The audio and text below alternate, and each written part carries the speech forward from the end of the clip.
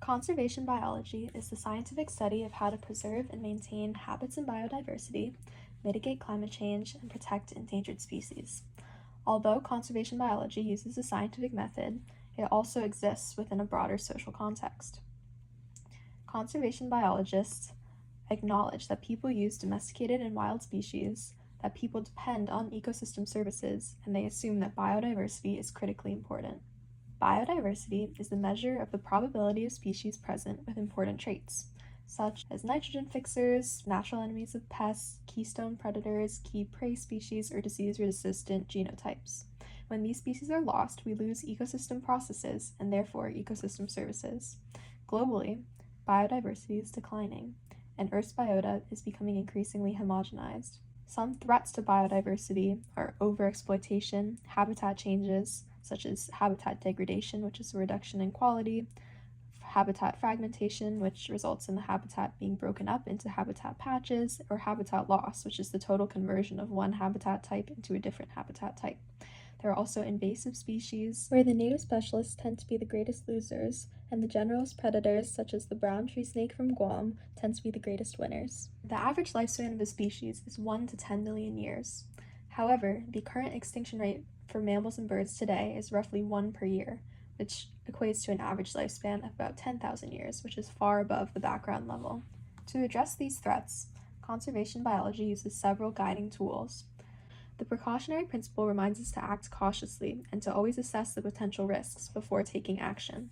The 30 by 30 goal aims to protect 30% of global land and ocean by the year 2030 to maintain ecosystems and slow biodiversity loss. Right now in 2025, we have protected 17% of land and 8% of waters. There are two main approaches to conservation biology. The first is coarse filter, which focuses on ecosystem, landscapes, or habitats with the goal of protecting ecological processes and many species at once. The second is fine filter, which focuses on genes, populations, or species. For example, protecting the California condor through direct intervention. However, this approach is very costly. Because resources are limited, ranking species can help maximize conservation impact. Surrogate species are chosen because protecting their habitat can also benefit other species. Flagship species are charismatic and easily recognizable and can inspire support. Umbrella species have large ranges, specialized habitats, or are easy to count, which means that they can shield other species when protected. Indicator species can be used to detect disturbances and monitor ecosystem trends or identify regions of high value. For example, tree lichen can be indicators of clean air. Focal species are chosen for their high sensitivity to environmental changes as well as their varied habitat requirements. Animals can also be used as sentinels, which are early warning systems that can detect risks in the environment. Animals are effective sentinel species because they can reveal environmental contamination earlier than humans because of bioaccumulation and biomagnification.